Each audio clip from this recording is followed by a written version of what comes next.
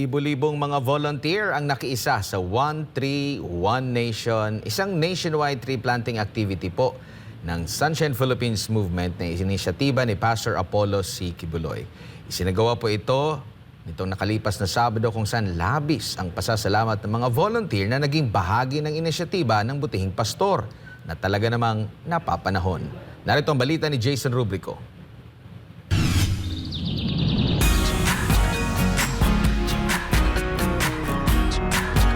Libo-libong volunteers ang nakiisa sa One Tree, One Nation, isang nationwide tree planting activity ng Sunshine Philippines Movement na inisyatibo ni Pastor Apollo C. Kibuloy.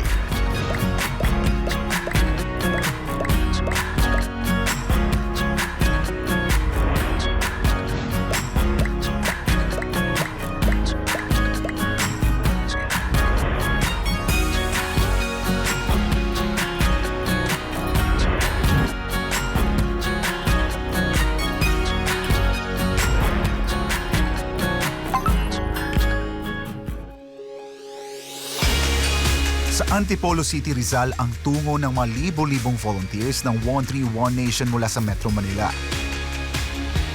Dito nila itinanim ang libo-libong seedlings ng Nara na bahagi ng solusyon sa matinding pagbaha sa nasabing lugar.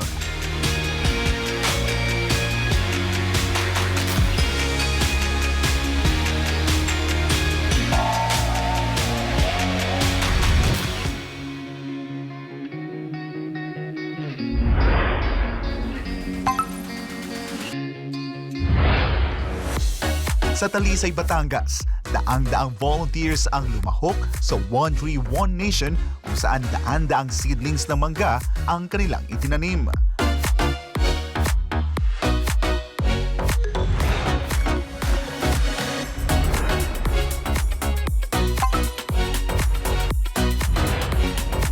Tinawid naman ng higit 500 volunteers ang Bayawas River sa Dagupan, Pangasinan para maitanim ang daan-daang mangroves na isang mabisang natural barrier laban sa bagyo o storm surge.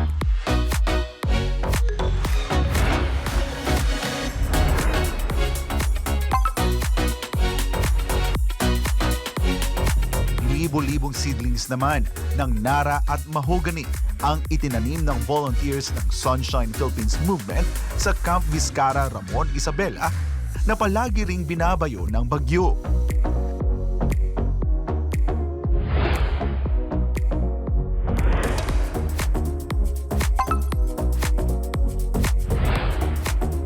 Sa bahagi naman ng Sierra Madre sa Sitio Palale sa General Tino, Nueva Ecija, napiling itanim ang mga puno ng Nara ng daan-daang nakiisa sa inisyatibo ni Pastor Apollo C. Kibuloy.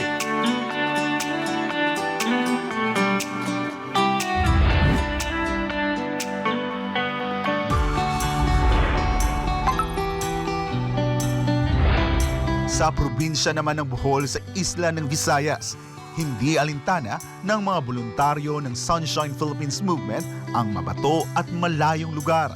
Maitanim lang ang daan-daang seedlings ng fruit trees.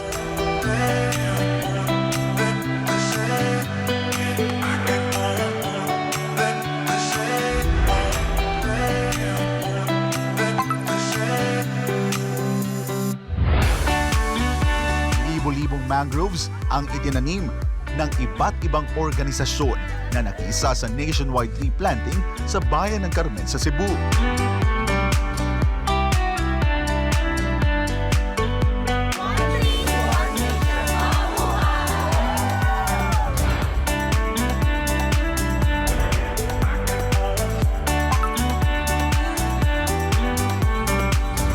Sa forestal area ng bayan ng Hinigaran sa Negros Occidental, daan-daang fruit trees naman ang itinanim ng mga volunteers ng One Tree, One Nation.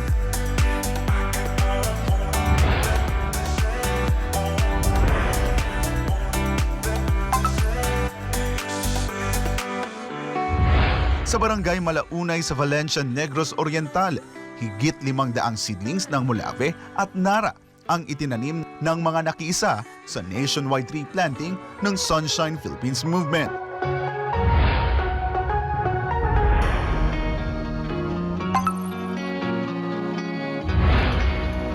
Sa Aklan, daan-daang fruit trees ang itinanim ng mga volunteer na kinabibilangan ng mga estudyante, kabataan at ng iba't ibang organisasyon.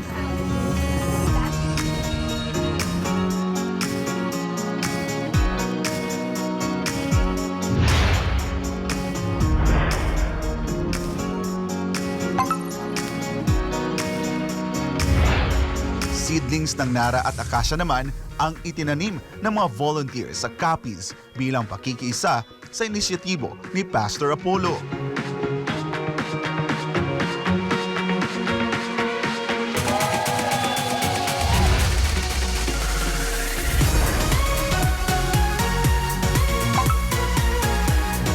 Sa bayan naman ng Babatngon sa Leyte, higit 500 seedlings ng puno ng tuog o Philippine Rosewood ang itinanim ng volunteers para sa programang 131 Nation. Hindi nila inalintana ang malakas na buhos ng ulan, makatulong lang sa kalikasan.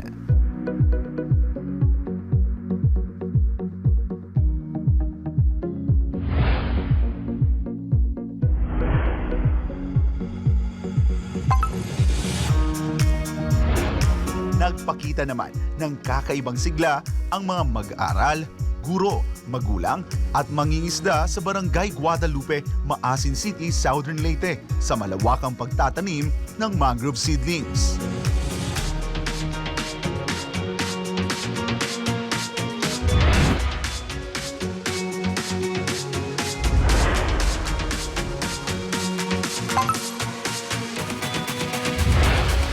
Daan-daang seedlings ng Nara at mahogany naman ang tulong-tulong na itinanim ng mga nakiisa sa programang 131 Nation sa Zamboanga, Sibugay.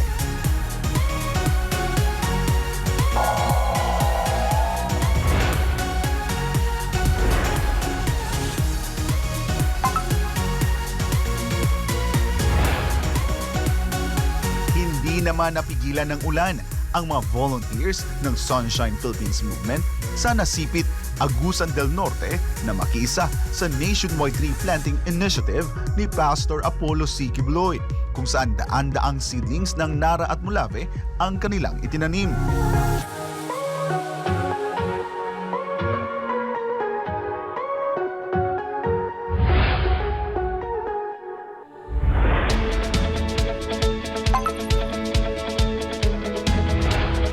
Mahigit 500 voluntaryo naman ang nagtipon sa Colondatal Eco Park sa Tampakan, South Cotabato upang magtanim ng mga punong Nara.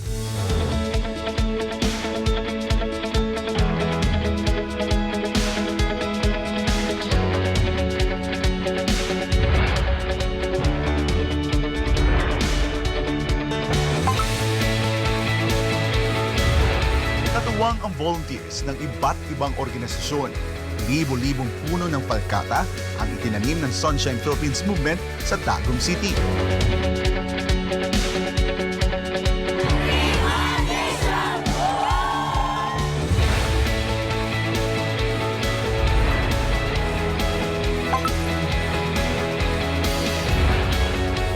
Nakiisa sa inisyatibo ni Pastor Apollo C. Quibloy ang daang-daang volunteers sa Malaybalay City, Bukidnon, kung saan tulong-tulong nilang itinanim ang daang-daang seedlings, fruit trees at mahogany.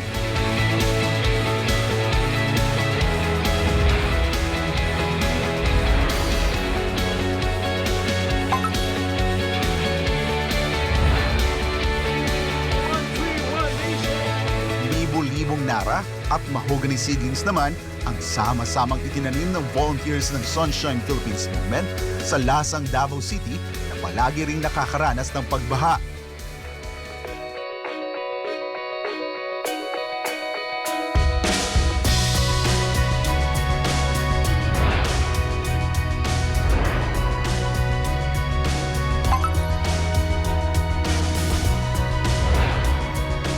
Maraming volunteers mula sa iba't ibang sektor, kabilang ang mga kabataan, mga estudyante ng Jose Maria College Foundation Incorporated, Davao City Police Office at KOJC Missionaries ang nagkaisa sa nationwide tree planting sa Marilog District sa Davao City. Libo-libong seedlings ng Nara at Palkata ang kanilang itinanim.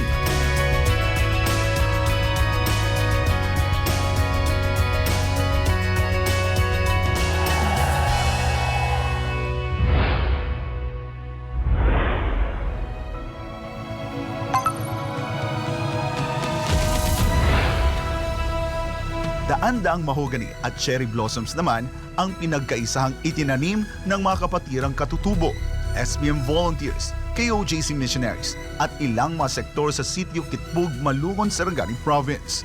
Ito ay bilang pakikisa nila sa hangarin ni Pastor Apollo C. Kibuloy para sa isang luntiang kinabukasan.